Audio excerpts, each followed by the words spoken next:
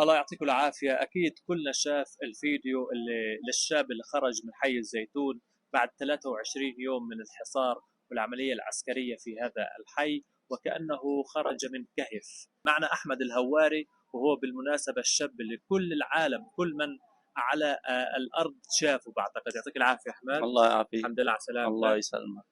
يعني صراحة احكي لي إيش اللي صار بالضبط باختصار. أنا خشت عنا اليهود، ما قدرتش أطلع من الدار. خشت مفاجئ، وفيش مكان إن أروحه، يعني فيش مأوى. كل المناطق خطر. آه، ضليتني في الدار. صاروا يخبطوا المنازل اللي حوالينا، ما قدرتش أطلع. قعدت 23 يوم تحت سقف مهدوم. تحت البيت كان عندي شوية أكل، شوية مية مالحة، أقضي حالي فيهم. كنت متصاب في ظهري، بنزل ربطها في شريطة وأقول يا رب. كنت متوقع انك تطلع عايش؟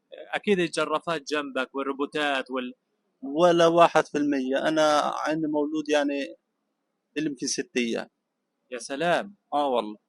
يعني بعد ما طلعت من الزيتون يعني ولادة جديدة بالنسبة لأحمد. ولادة جديدة، لأنه ما توقعتش يعني. وأنت شفتوا الصور وكيف كان شكلي